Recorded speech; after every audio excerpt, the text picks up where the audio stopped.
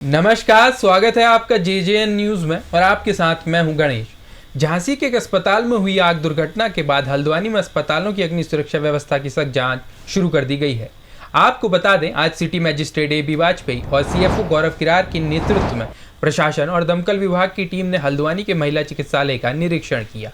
इस निरीक्षण के दौरान अस्पताल की अग्नि सुरक्षा सुविधाओं और कर्मचारियों की प्रशिक्षण व्यवस्था की पोल खुल गई।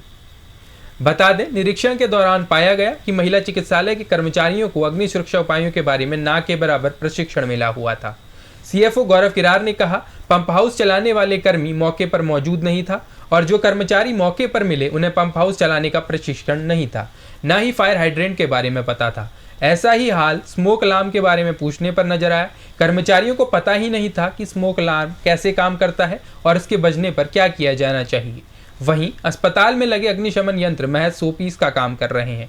कुछ रिफिल नहीं पाए गए तो कुछ अपनी समय सीमा पूरी कर चुके हैं। फिलहाल अस्पताल प्रशासन को तुरंत इन उपकरणों को दुरुस्त करने के निर्देश दिए गए हैं। वहीं city magistrate A B Vajpayee का कहना है, शहर के सभी सरकारी और निजी अस्पतालों में अग्नि सुरक्षा मानकों की जांच की जा रही है। इस जांच में अस्पतालों द्वारा एनओसी के पालन, कर्मचारियों को दी गई प्रशिक्षण, पंप हाउस और स्टोरेज की स्थिति पर ध्यान दिया जा रहा है। उन्होंने कहा, अगर किसी अस्पताल में खामियां पाई जाती हैं तो प्रशासन उनके खिलाफ कड़ी कार्रवाई करेगा और उनका पंजीकरण निरस्त करने की संस्तुति की जाएगी। बहरहाल देखना दिलचस्प होगा कि प्रशासन ये कार्रवाई सफलतापूर्वक करता है या महज 2 दिन की खाना पूर्ति बनकर रह जाती है। अभी जो रिसेंट घटनाक्रम हुआ है उसी के मद्देनज़र जिलाधिकारी महोदया ने निर्देश दिए हैं कि जितने भी सरकारी हॉस्पिटल हैं या प्राइवेट हॉस्पिटल्स हैं उनकी जांच अग्नि सुरक्षा मानकों के क्रम में की जा रही है। उनके द्वारा अग्निशमन विभाग की एनओसीज़ ली गई हैं या नहीं ली गई हैं और एनओसीज़ में जो शर्तें दी गई हैं उनका अनुपालन किया जा रहा है या नहीं। साथ ही उनके जो कर्मचारी हैं उनके द्वारा इसकी ट्रेनिंग ली गई है कि कैसे उन्हें ऑपरेट करना है, पंप से लेकर जितने एक्सटिंग्विशर्स लगे हैं उनका ऑपरेशन कैसे किया जाना है। और इसके अलावा उनका जो पानी की सप्लाई है, जो पंप हाउस है या जो उनको स्टोरेज के लिए बनाना है, स्प्रिंकलर्स हैं, उन सभी को देखा जा रहा है।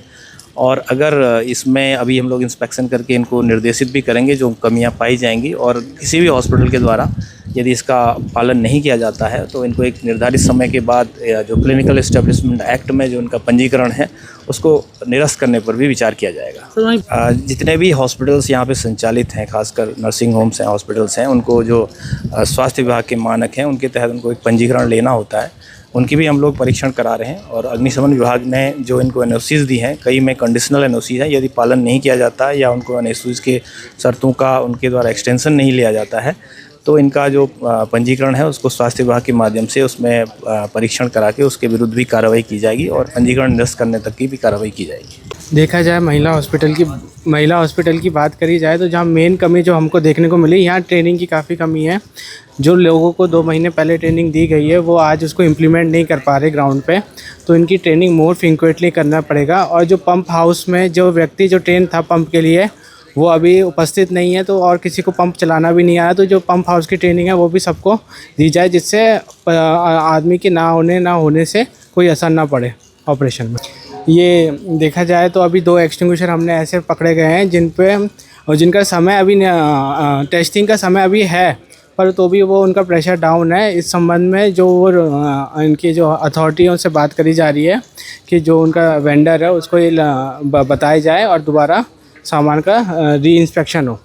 नमस्कार, मैं दीपक अधिकारी, आप देख रहे हैं जेजेएन न्यूज। इस टाइम पकड़ा हल्द्वानी महिला हॉस्पिटल में, जहां पे सुरक्षा को लेके बात तो की जाती है लेकिन किस प्रकार से सुरक्षा की धज्जियां उड़ी हुई हैं मैं आपको साफ तौर पे दिखाऊंगा। जिस प्रकार से जो झांसी में जो हादसा हुआ था जिसमें कई बच्चे झुलस गए थे, जिसके बाद कहीं ना कहीं अब उत्तराखंड में भी जो पुलिस प्रशासन है, जो प्रशासन के लोग हैं, वो कहीं ना कहीं अब वो कुंभकर्ण की नींद जागे हैं और चप्पे चप्पे पे हॉस्पिटलों में जाके उनके द्वारा छापेमारी की जा रही है और मॉनिटरिंग की जा रही है। तो मैं दिखाना चाहूँगा महिला हॉस्पिटल में हम खड़े हैं, ये जो जिस प्रकार से जो यहाँ पे जो लगा हुआ है देख सकते हैं किस वजह हम इसको घुमा रहे हैं लेकिन इसमें पानी नहीं आ रहा। अगर आग लग जाती तो कभी भी कुछ भी बड़ा हादसा घट सकता है, लेकिन जो अफसरशाही है वो कितनी हावी हो गई है आप देख सकते हैं। इससे साफ तौर पे देखने को मिलता है किस तरह से जो अफसरशाही है, जो अधिकारी है, बेलगाम हो गए हैं। लगातार प्रशासन बड़ी बड़ी बातें तो करता है लेकिन जिस प्रकार जो धरातल की स्थिति है वो क्या स्थिति है तो देख सकते हैं। जिस प्रकार से जो यहाँ पे जो पाइप है वो उसकी स्थिति गंभीर है, जो इस प्रकार से जो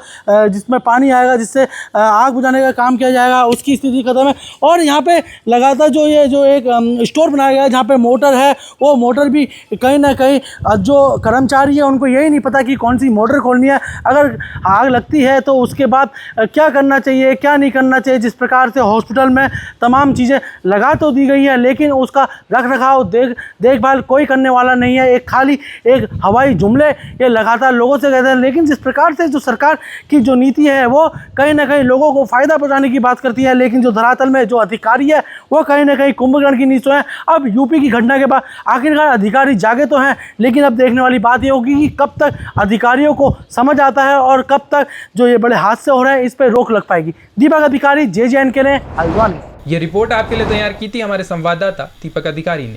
फिलहाल के लिए इस खबर में इतना ही। बाकी की तमाम खबरों के लिए आप देखते रहिए JJN न्यूज़। धन्यवाद।